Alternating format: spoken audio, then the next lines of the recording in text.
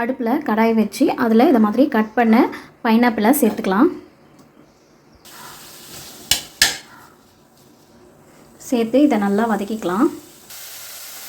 இதில் 2 ஸ்பூன் அளவுக்கு சர்க்கரை சேர்த்துக்கிறேன். சர்க்கரை சேர்த்து நல்லா கிளறி விட்டுக்கலாம்.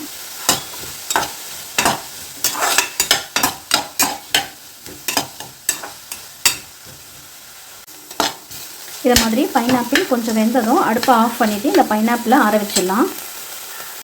ஒரு பாத்திரத்தில் 1/2 கப்பு மைதா சேர்த்துக்கிறேன். 1/2 spoon baking powder, 1/2 spoon baking soda,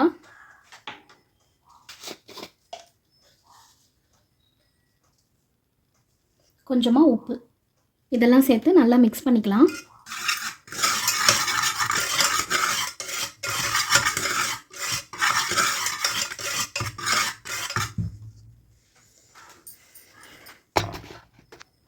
இப்போ இன்னொரு பாத்திரத்தில் 1/2 கப் சர்க்கரை சேர்த்துக்கிறேன். 1/2 கப் பால் சேர்த்துக்கிறேன். 1/4 கப் அளவுக்கு எண்ணெய் சேர்த்துக்கிறேன். ஒரு 1/2 ஸ்பூன் அளவுக்கு பைனாப்பிள் எசன்ஸ் சேர்த்துக்கிறேன்.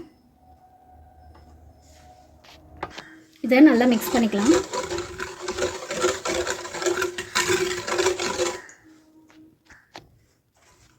இப்போ இதை மாவில் கொஞ்சம் கொஞ்சமாக சேர்த்து நம்ம அப்படியே மிக்ஸ் பண்ணிக்கலாம்.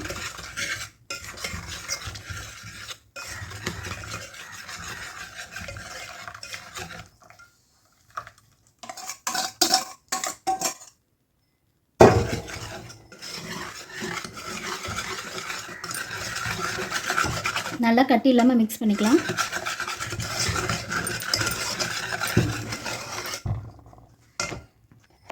இப்போ இந்த பைனாப்பிளில் ஒரு 2 ஸ்பூன் அளவுக்கு மைதா சேர்த்துக்கலாம். மைதா சேர்த்து இதை நல்லா மிக்ஸ் பண்ணிக்கலாம்.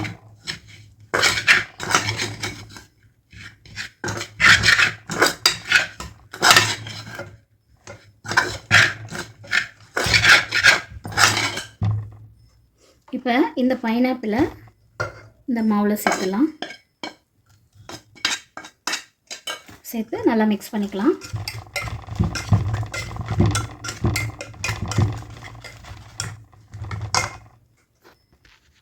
கேக் டின்னில் நெய் தடவி எடுத்துருக்கேன். இப்போ அந்த கேக் டின்னில் இந்த மாவை ஊற்றிக்கலாம்.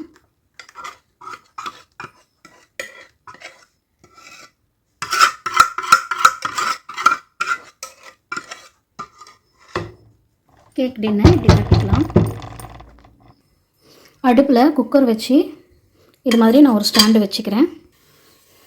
இப்போ இதுக்கு மேலே கேக் டின் வச்சுக்கலாம். குக்கரில் படாமல் கேக் டின்னை சென்டரில் வச்சிடலாம். இப்போது குக்கருக்கு மூடி போட்டுடலாம். வாசர் விசில் எதுவுமே இல்லாமல் குக்கருக்கு மூடி போட்டு அடுப்பை லோ ஃப்ளேமில் வச்சிடலாம். ஒரு 45 மினிட்ஸு நல்லா வைக்கட்டும். 45 நிமிஷம் கழித்து பார்க்கலாம். 45 மினிட்ஸ் ஆகிடுச்சி. கேக் எடுத்தாச்சு. இப்போ இதை இன்னொரு பிளேட்டுக்கு எடுத்துக்கலாம். இதை ஒரு பிளேட்டில் மாற்றியாச்சு. இப்போ கேக்கு எப்படி இருக்குன்னு பார்க்கலாம்.